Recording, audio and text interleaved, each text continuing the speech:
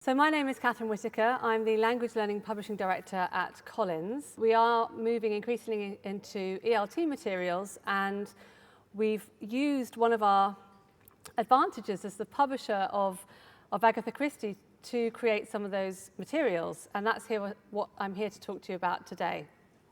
So this is our esteemed authoress. I'm going to talk to you a little bit about her. I suspect some of you might know about her already. Every time I talk about the work we've done with Agatha Christie, I find huge numbers of fans who hold her very dear to their hearts. So I'll just talk about why we chose to create language learning materials out of Agatha Christie's writing. I'll show you what we've done and what we learned a bit about the language and how English has changed in the few decades since she stopped writing. And then the main part of my talk will very much be how to use the resources that we've created in the classroom, but obviously also we're not necessarily expecting students to do all their reading in the classroom, but the activities that you could perhaps do with your students there. So why Agatha Christie? Well, I thought I'd give you some fun facts to start off with. She has sold over 1 billion copies in English language editions and a further billion in foreign language editions. If you're wondering how many other authors achieved that same feat, I can tell you that we believe only Shakespeare and the Bible have sold a comparable number of copies. She's written over 80 novels and short story collections, and The Mousetrap in London celebrates its 50th anniversary this year. It's still running and has run ever since it first opened 50 years ago. And of course, a lot of people come to Christie not through her writing, but in fact through the TV and film adaptations of her work, and that is indeed how lots of people first discover her and perhaps read her afterwards. So you might be thinking, well, that's all very interesting about Agatha Christie. How is that relevant to language learners? Well, I think there are two main points. One is obviously there's a huge awareness of her already in the world because she's so widely known, not necessarily in English editions, but in foreign translation, and through those film and TV adaptations. So if you're thinking about whether your students are going to respond better to something that they can perhaps experience in other ways, perhaps not through reading, but through watching a video, or perhaps if you want to just set the scene a little bit, showing one of those TV or film adaptations is a good way to go. The second reason, and I think this is something that that makes the series slightly special, is that if ELT students, if EFL students find something they like to read in a graded reading series, there's often it's very rare that there's an opportunity for them to go away and read a lot more by the same author, because of course most series may have 1, 2 or 3 books by the same author, but not a whole range. So it allows students the opportunity to become fans and carry on reading if they enjoy Christie's work. So the readers that I'm going to talk about today are published as Collins English readers. I just wanted to let you know how we approach the task of creating editions that are suitable for language learning. We did it in 2 stages. We asked experienced abridgers, the kind of people who work for us abridging classics and modern novels into audiobooks, and people who tend to work on TV and radio adaptations, to do that first cut. And they're the best people at making sure that a plot's integrity is maintained. And then we did a language edit to B2 level. Now you'll notice that all the readers are at the same level. This is not a graded reader series as such. This is rather a treatment of Agatha Christie's work for language learners. We have a character list. One of the great challenges for anyone reading Christie, never mind a language learner, is that she has a tendency to introduce all her characters in the first few pages. And sometimes you're stuck thinking, oh, now, which one's he? How's he related to her? So we've taken a character list to make sure that learners don't have that same difficulty while they're also trying to keep up with the language and the plot. We have cultural notes, I'll explain those later, and a glossary. So obviously the language is graded to B2, but we were quite kind, I think, and quite gentle. We took a decision that even though there were some words that you would expect a B2 learner to know, we've added them in because we didn't want, with everything else going on, with trying to work out who done it and who's who, we didn't want students to stumble too much over the vocabulary that was particular to that story. And finally, there's an audio recording which contains the whole story read by an actor. So that's the series that we've produced, but the key question for reading, extensive reading of any author is, how can I use it to motivate my language learners? How can I make them want to read in the first place? And very importantly, to carry on reading once I've introduced them to the text. Well, one of the great advantages with detective fiction is a familiarity with the genre and a familiarity with what students are supposed to do with it.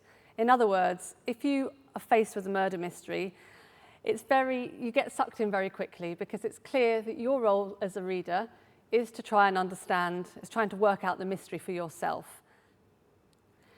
The language you need to join in the hunt is on the page for you to use. So what I mean by that is that students are constantly presented with the same kind of questions and the same kind of lexis that they would use when they're trying to resolve the mystery for themselves through the characters using it either to each other, or if it's a detective-led story like a Poirot or a Marple, you'll see those two characters asking the questions or using the vocabulary that students need for themselves. Obviously, Agatha Christie is the most British of authors, so if you are trying to introduce concepts of British culture and history, then there's no better place to start. I'll talk a little bit at the end about how you can move on from that and talk about life in Britain today using these stories as a basis. And it's not bowdlerized. Now, by that I mean we took a decision not to strip out all the things that make the story so enticing. So that means there is reference to affairs, to addiction, to people of dubious moral character, shall we say.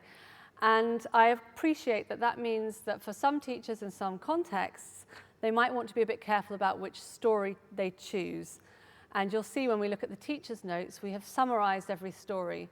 And if that is a concern to you, I would recommend that you become familiar with the story through that summary and decide whether you want to use it with your students.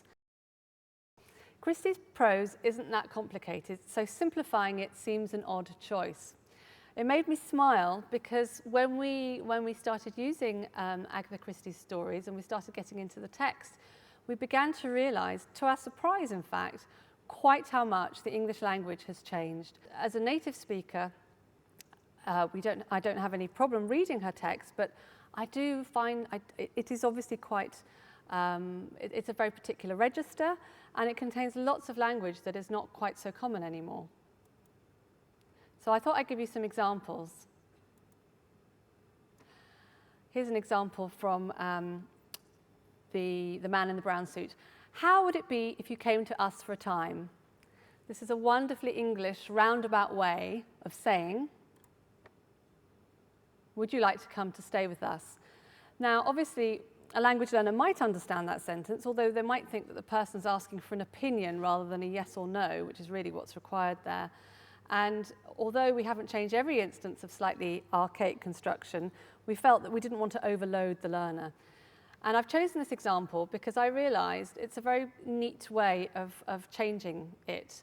Would you like to come to stay with us? Now, I would always say, come and stay. And I'm afraid these days I'd probably write it as well, especially on in an email. So we've taken the decision to use language that still reflects the time, even if it's not exactly what they would have said or was in the original. Here's another example. And this is what we did. Again, terribly, it's in the right register, I think, and it's still used today. So I think it strikes that balance between the kind of language that we would see, we would be familiar with, we would be happy for our students to be familiar with, but which is perhaps not quite how teenagers speak today. Here's some examples of some of the cultural references that we've picked out of the text and given notes on at the back. Some of them are things that we think students just might not know about, like the Women's Institute, and others where they might have heard about the item in question, but they might not know what the connotation is. So, for example, it's very likely that students will have heard of Liverpool, but they might not know that when somebody's fled to Liverpool, it means the implication or the connotation there is that the suspect might be on a boat to America and therefore is a little bit more guilty than somebody hiding out in a coastal town in the UK. So there are two ways of reading Christie, and I'm going to be looking very much at the first one today because it's the most relevant to learners. You can pretend you are the detective and try at every step to decide who done it. And what we've done with the teacher's notes is divide all the texts into 4 parts. And we haven't done that scientifically, i.e. the 4 parts aren't equal. What we've done is we've tried to ensure that whenever there's a suitable pause in the plot, that students are given the opportunity to put themselves in the shoes of the detective, think about who could be responsible, and play the role of the detective themselves. Once you've read 3 or 4 Agatha Christies, you tend to take the second approach, which is that you realise that actually, well, if you're like me anyway, that it's very difficult to work out who done it. Either you've got it wrong or everyone seems guilty, so you might as well sit back, relax, and wait for the denouement. So in your handouts, what I've given you is a complete set of teacher's notes from The Murder of Roger Ackroyd, which was the first mystery in which Hercule Poirot, the Belgian detective, made an appearance. I should just say, actually, in case another query people sometimes have in their heads, is that we seem to think that Agatha Christie's characters are rather old and perhaps not very easy for our learners to identify with. Well, it's true that Hercule Poirot and Miss J. Marple are not very young, but quite a few of the protagonists of the stories, and indeed the suspects, often are. And when we had the wonderful meeting where we chose which of the 80 titles we'd abridge, that we took the decision to favour ones where the characters were younger, as we expect the readers of these titles to be. So as I mentioned, there are 4 parts for each of the teacher's notes. The pre-reading activities come at the beginning of every part, and then after reading activities once the students have read that part, either with you in class or in their own time. There are lots of different activity types. I'm not going to spend too much time on the skills area here, because I want to show you some examples of how we can use Christie as a way into particular areas of language which are not always easy for learners to grasp. But just to let you know that we cover the usual reading comprehension, obviously, to allow students to make sure that students are keeping up with the plot, but also that there are enough opportunities to engage with the language in use, the 4 skills, and, as I said, opportunities for playing detective. And finally, there are student activities, again, divided into the 4 parts, which allow you to use them with your students for homework or as extra class activity. And those are designed for self-study, so they don't need classroom time or teacher input. We need to ensure not only that students want to carry on reading what we're asking them to read, but also that they have the tools to get into the story in the first place. So I have 2 examples from Appointment with Death. This is a novel that actually doesn't take place in a British village. It starts in Petra in Jordan, and I think it's obvious that given that very specific geographical location, it would be a good idea for students to understand where the action is taking place. And what this activity does is ask students to say whether they know the place, obviously, but to think of 3 places they really want to visit, then to mill around the class, a nice kinesthetic activity, and try to find someone who has visited some of these places so they can talk about their experiences or what advice they can give. Now, if you've got students who are unlikely to have travelled to places, then this activity is a nice way of asking them to think about where they would like to go, and then try and find students who have the same aspiration. And the point of this exercise is to make students think about adventure and travel, because this is a story that starts with an adventure. And then the very next activity for that same title is, so we've set the scene for the geographic location, now we're trying to get into the heads of the characters. So Poirot overhears 2 characters say, "Perhaps we are crazy. After all, we're calmly planning to kill our own mother." Well, if that doesn't make you want to carry on reading, I don't know what will. But we have an opportunity for students to bring shared narratives into the class.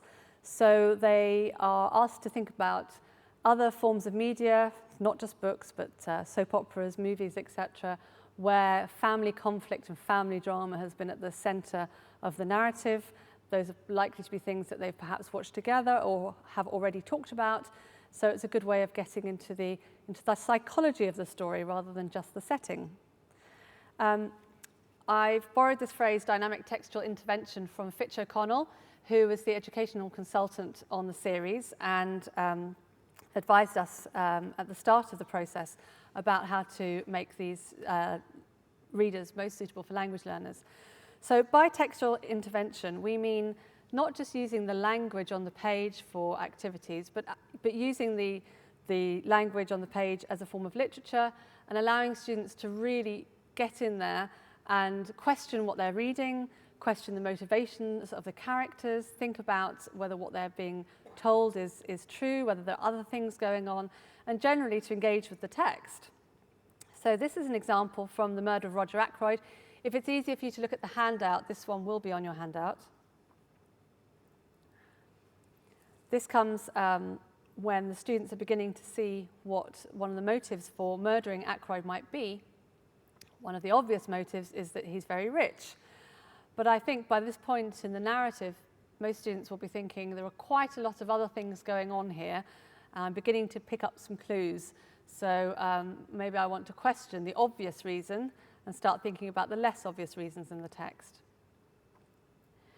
Poirot thinks that Ralph has too many motives for committing the murder, and therefore he isn't the murderer. That's a very unusual statement. Usually you'd think if the person had lots of different reasons for murdering someone, then he'd be the chief suspect. But students are asked, what do they understand by that? Do they understand the phrase? Does it make sense to them? Does it ring true? And do they agree with it? This example is from The Man in the Brown Suit, which features a young adventuress called Anne Bedingfield. She's only in her early 20s when her father dies, leaving her penniless.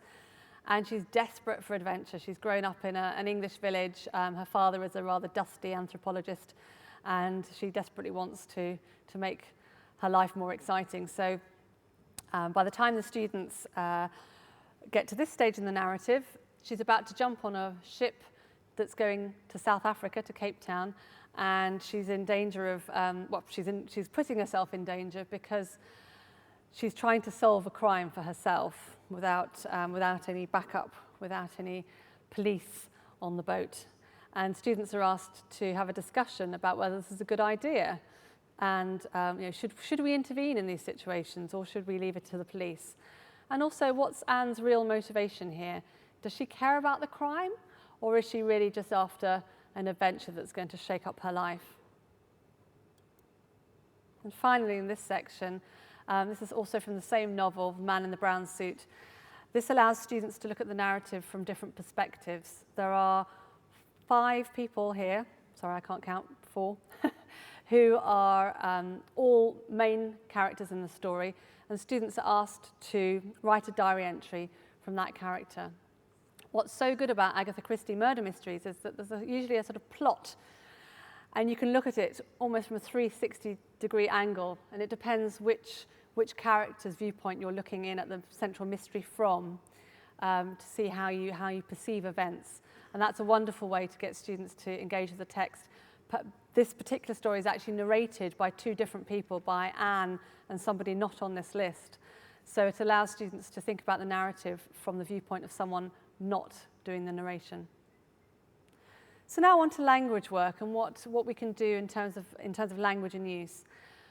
And I've picked out 4 areas of language where we can use Christie as a good way into getting students to produce their own language, because of course once we've had the challenge of getting students to read, the next challenge is getting them to use that reading to inspire their own language production. So this is really what this section is all about. Character is an obvious one. Obviously, when you've got lots of different suspects, you need to understand what they're like, not necessarily just in looks, because that's perhaps not necessary, for the solving the crime, but you certainly need to understand their personality, and you certainly need to understand their background as well.